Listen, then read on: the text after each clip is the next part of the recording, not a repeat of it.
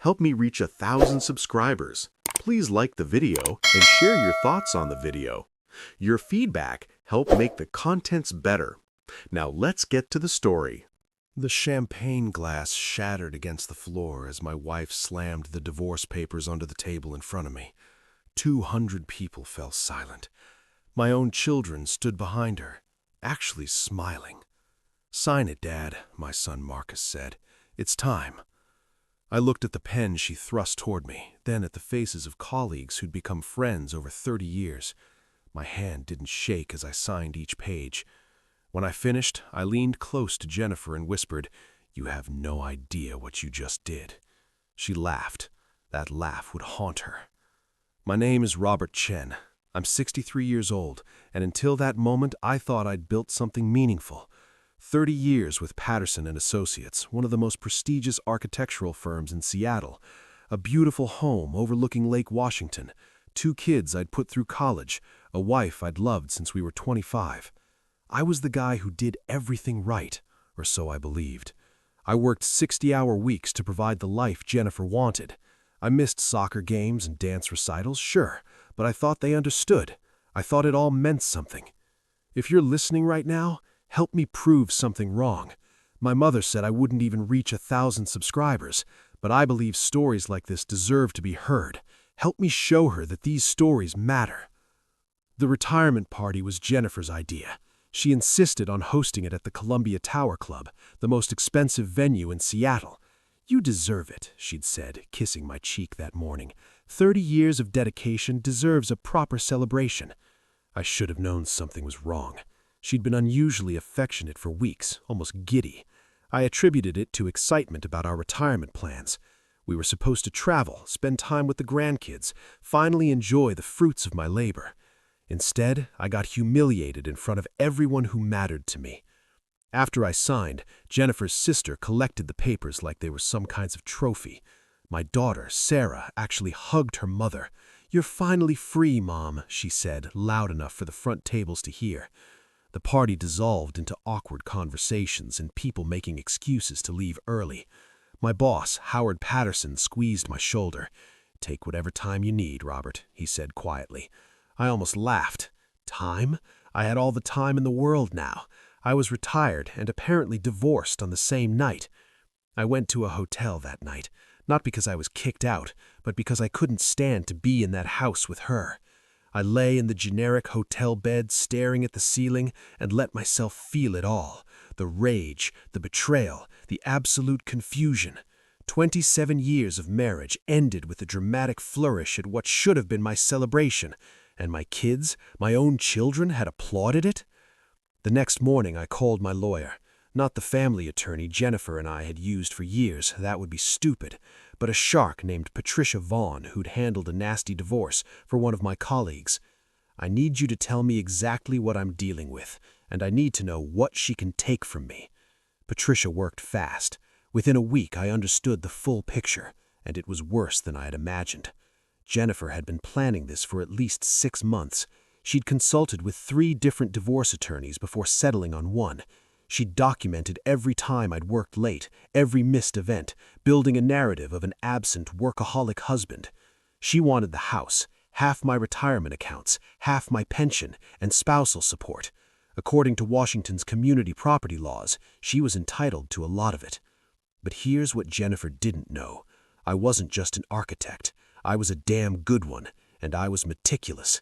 The same attention to detail that made me successful in designing buildings had bled into every aspect of my life. I kept records, I had files, and I'd recently discovered something interesting while organizing my office for retirement. 3 years ago, Jennifer had inherited $200,000 from her grandmother. She'd told me she wanted to invest it separately, in her name only, for security. I'd agreed because I loved her and wanted her to feel independent. What I didn't know until I found the bank statements she'd carelessly left in our home office was where that money had gone, or rather where it hadn't gone. Washington is a community property state. Any assets acquired during marriage are typically split 50-50, but inherited money? That's separate property, unless it gets commingled with marital assets. Jennifer had been very careful to keep her inheritance separate. Very careful indeed. She'd deposited it into an account in her name only, never mixing it with our joint funds. Except she had mixed it. She just didn't realize I could prove it. I'd found receipts for the kitchen remodel we'd done 2 years ago. $60,000 had come from her separate account to pay the contractor. She'd written checks from that account to pay for Sarah's wedding, $35,000. She'd used it to buy a new car, then later sold that car and deposited the money into our joint account. Every transaction carefully documented in the statements she'd forgotten about.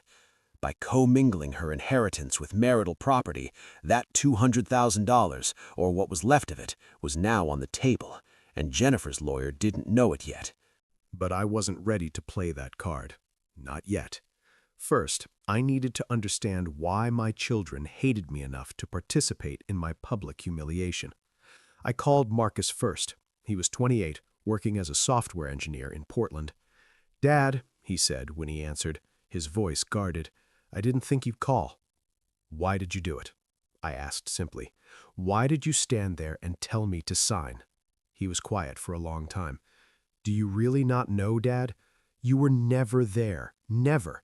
I played varsity basketball for 3 years. You came to 2 games. Sarah's art shows, her graduations, her wedding planning. Mom did everything. You just wrote checks and expected that to be enough." His words hit like physical blows, but I kept my voice steady. "I was providing for this family. Everything you had, the house, your education, your opportunities, that came from my work." "No, Dad, it came from your absence. And you know what? Mom was lonely. For years. We watched her eat dinner alone, go to bed alone, wake up alone. You were married to your job, not to her." "Is she seeing someone?" I asked. The question had been burning in my mind since the party. Marcus hesitated. That hesitation told me everything. "That's not my business to share," he finally said. So, there was someone. Of course there was. This wasn't just about my long hours or missed events. Jennifer had found someone else, probably had been with him for months, maybe longer. The dramatic public divorce was her way of playing the victim, painting me as the villain so she could ride off into the sunset with her new man, my hard-earned money in her pocket. The rage I felt should have consumed me, but I've always been good at channeling emotions into action. That's what made me a successful architect. Take the passion, the vision, the feeling, and transform it into something concrete, something real.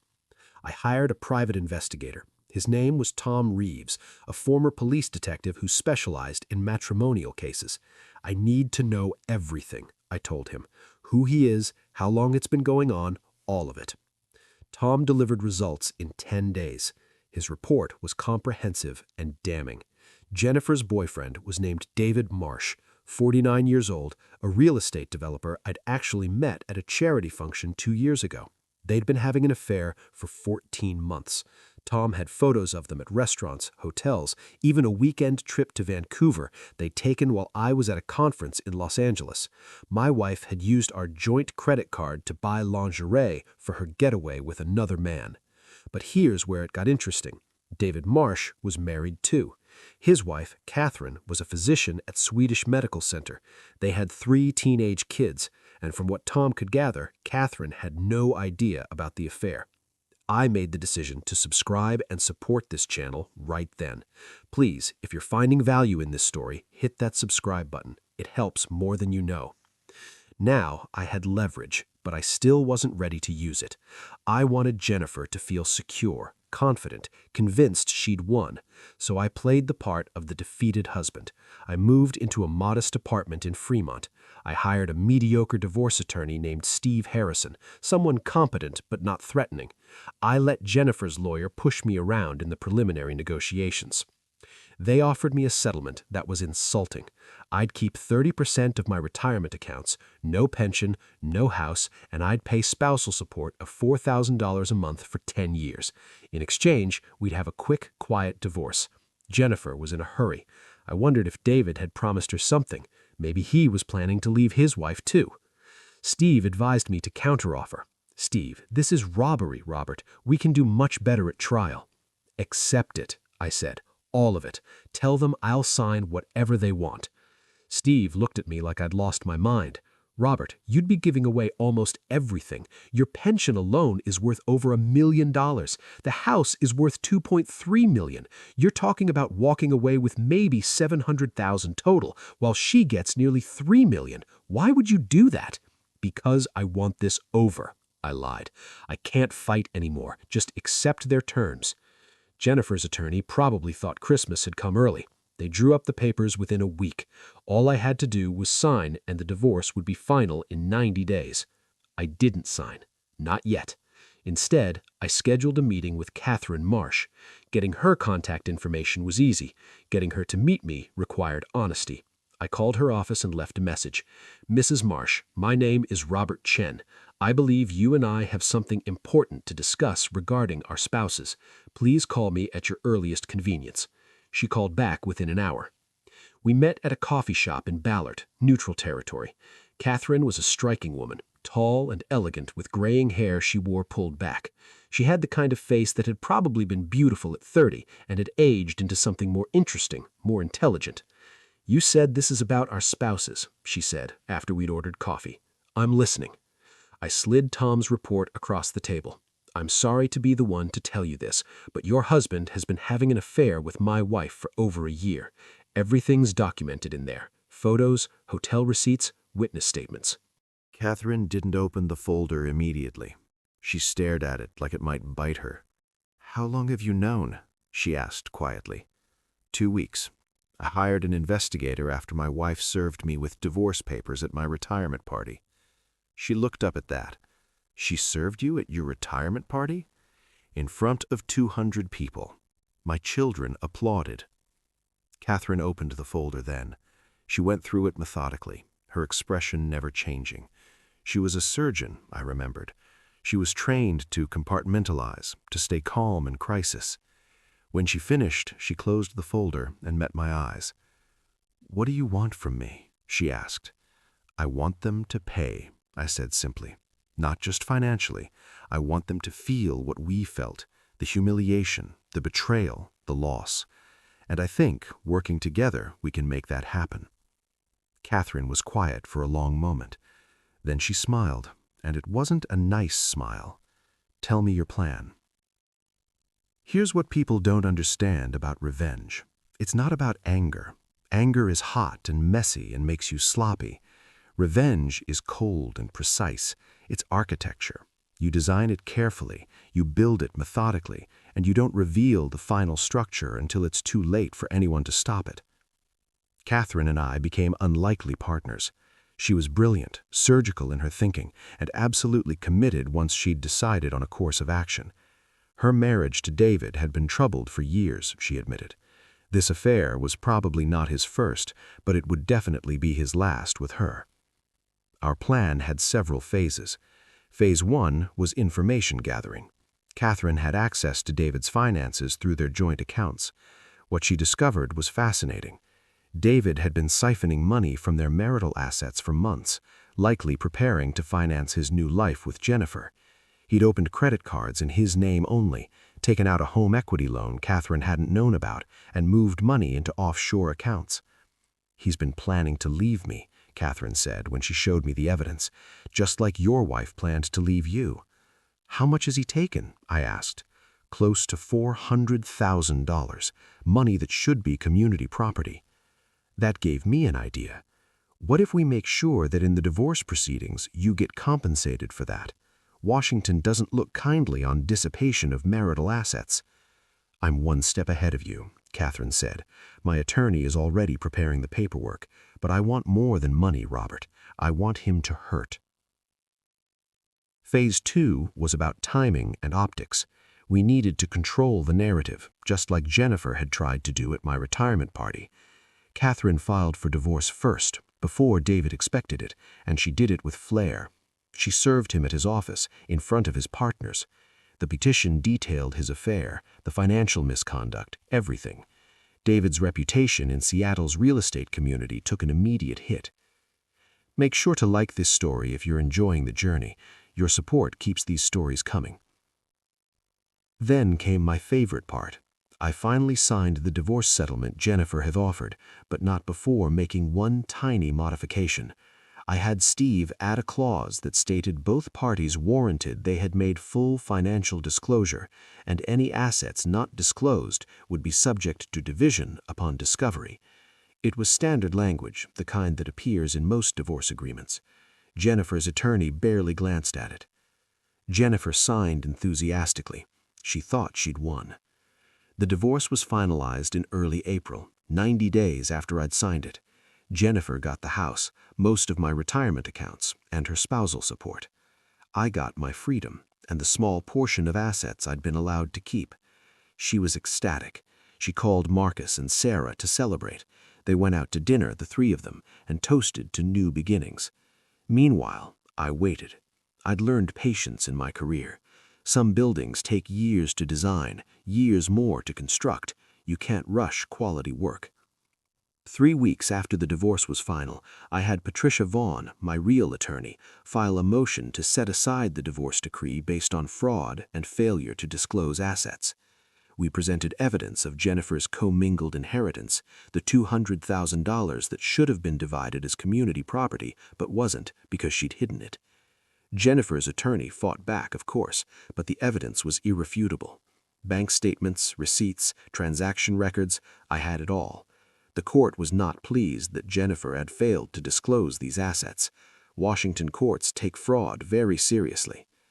While that case wound through the system, Phase 3 of our plan kicked in. Catherine's divorce from David was proceeding, and it was ugly. Her partners at the real estate firm were distancing themselves from him. The affair, combined with the financial misconduct, had made him toxic. Catherine was ruthless in the proceedings, and she had the better attorney. But here's where it got beautiful. Jennifer had been so confident in her victory that she'd started spending money she didn't technically have yet. She'd booked a month-long trip to Europe with David, first-class flights and 5-star hotels. She'd bought a new Mercedes. She'd commissioned renovations to her house, my house, the one she'd stolen from me. All of that spending happened before the court ruled on my motion to set aside the decree. When the judge finally made his decision, it was decisive. The divorce settlement was vacated due to Jennifer's fraudulent concealment of assets. We would start over, but this time with full disclosure and under the court's watchful eye. Jennifer's world collapsed in a single afternoon. The house she'd already started renovating, back in dispute. The retirement accounts she'd been counting on, frozen, pending new proceedings. The spousal support she'd been receiving, suspended immediately. She'd spent close to $100,000 based on money that was no longer clearly hers. She called me, hysterical. "Robert, you can't do this. We had an agreement." "We had an agreement based on honest disclosure," I said calmly. "You lied. You hid assets. You committed fraud. Now we start over. And this time, Jennifer, you don't have the advantage." The second divorce proceeding was nothing like the first. This time, I had Patricia Vaughn, who was a barracuda in court. This time, the judge already knew Jennifer had been dishonest. This time, I had leverage. We presented a new settlement offer. I would keep the house. We would split the retirement accounts 50-50, but only after subtracting the $200,000 in inheritance she'd commingled, which would be attributed to her share. No spousal support. Jennifer would get a lump sum of $300,000, and that would be the end of it. It was a far cry from the nearly $3 million she'd walked away with the first time. Jennifer tried to fight it, but she had no ground to stand on. Her attorney advised her to take the deal. "If you go to trial, the judge might give you even less," he warned her. "You committed fraud. The court's sympathy is not with you." She signed in July, 4 months after she'd thought she was free and clear. But I wasn't done. Neither was Catherine. David's divorce was finalized around the same time.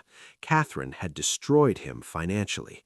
She got the house, the majority of his business interests, and full custody of their children. The court had ordered him to pay significant child support and had penalized him heavily for the dissipation of marital assets. His real estate firm had forced him out after his reputation became a liability. Jennifer and David had planned to start their new life together. Instead, they were both financially devastated and facing uncertain futures. Here's where Catherine and I made our final move, and it was purely psychological. We let them know we knew each other, that we'd been working together, that every step of their downfall had been coordinated. I sent Jennifer a simple email. You asked me once if I knew what I'd lost. I did, but you had no idea what you'd done. You didn't just betray your husband, you betrayed someone who knew how to build things, and more importantly, someone who knew how to tear them down. Catherine and I send our regards. Catherine sent something similar to David. The realization that their respective spouses had been collaborating, that their downfall had been orchestrated together, was apparently devastating. Marcus told me later, months afterwards, that Jennifer had a complete breakdown when she realized the extent of what had happened. She'd gone from victorious to destroyed, and it had all been by design. As for my relationship with my children, that's been slower to rebuild. Marcus and Sarah had believed their mother's narrative for so long that they'd convinced themselves I was the villain. Seeing the evidence of her fraud, her lies, her manipulation shook them. It didn't immediately repair our relationship, but it opened a door. Marcus called me in August. "Dad, I owe you an apology, a massive one." "Yes," I agreed, "you do." "You believed Mom. She told us you'd been emotionally absent for years, that you didn't care about us, that you only cared about work. She painted this picture of a man who was there physically but never present." And some of that was true, I admitted. I did work too much. I did miss events. But I was trying to provide for you, for all of you. And I never cheated. I never lied.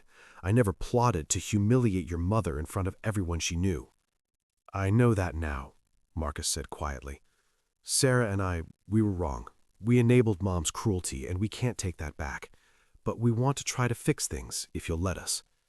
It's been 6 months since that conversation. Marcus and I have lunch every other week. Sarah and I are rebuilding more slowly, but we're trying.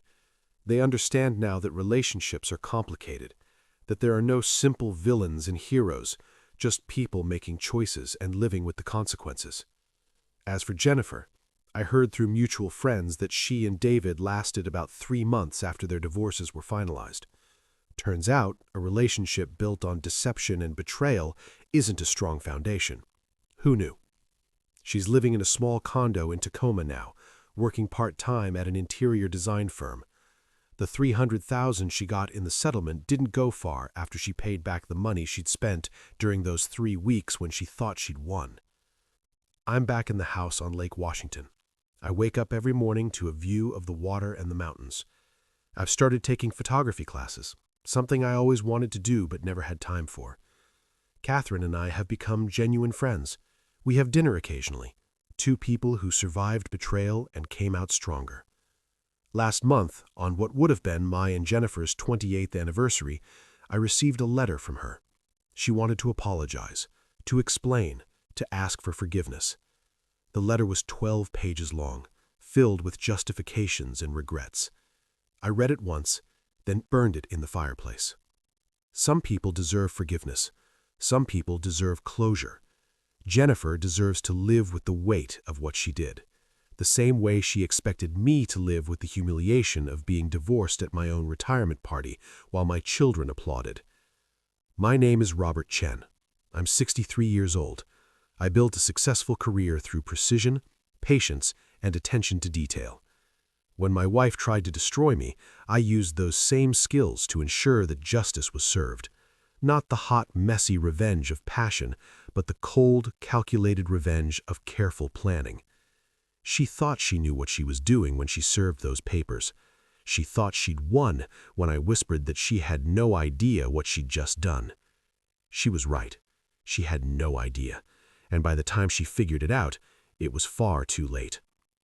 That's the thing about revenge. It's not about making yourself feel better. It's about making sure the person who wronged you understands, completely and totally the magnitude of their mistake. It's about balance. It's about justice. And sometimes, when you do it right, it's about poetry. If you've made it this far, thank you for listening to my story. Subscribe if you haven't already. These stories need to be heard, and your support means everything. Life is complicated, relationships are messy, and sometimes the person you trust most is the one who hurts you worst. But that doesn't mean you have to let them win. I didn't. Thanks for staying with me until the end of this journey. If this story touched you in any way, please hit that subscribe button and give this video a thumbs up. It really helps the channel grow and allows me to share more stories like this one. I'd love to know where you're watching from. Drop a comment below and tell me your city or country. Are you listening from your home, during your commute, or maybe while you're working? I'm always curious to know when and where these stories reach you. A special shout out to our incredible viewers from the United States, the Philippines, and Canada. You guys make up such a huge part of this community, and I see your comments and support every single day. And to my New York listeners specifically, I know you're out there in big numbers. Thank you for being such loyal supporters of this channel. Whether you're in Manila during your morning coffee, Toronto during your evening wind down, somewhere in the US during your lunch break, or in New York during your subway ride, thank you for being here. Share this story with someone who needs to hear it. Sometimes people need to know that standing up for yourself isn't wrong, it's necessary. Until next time, take care of yourselves, and remember, you're stronger than you think.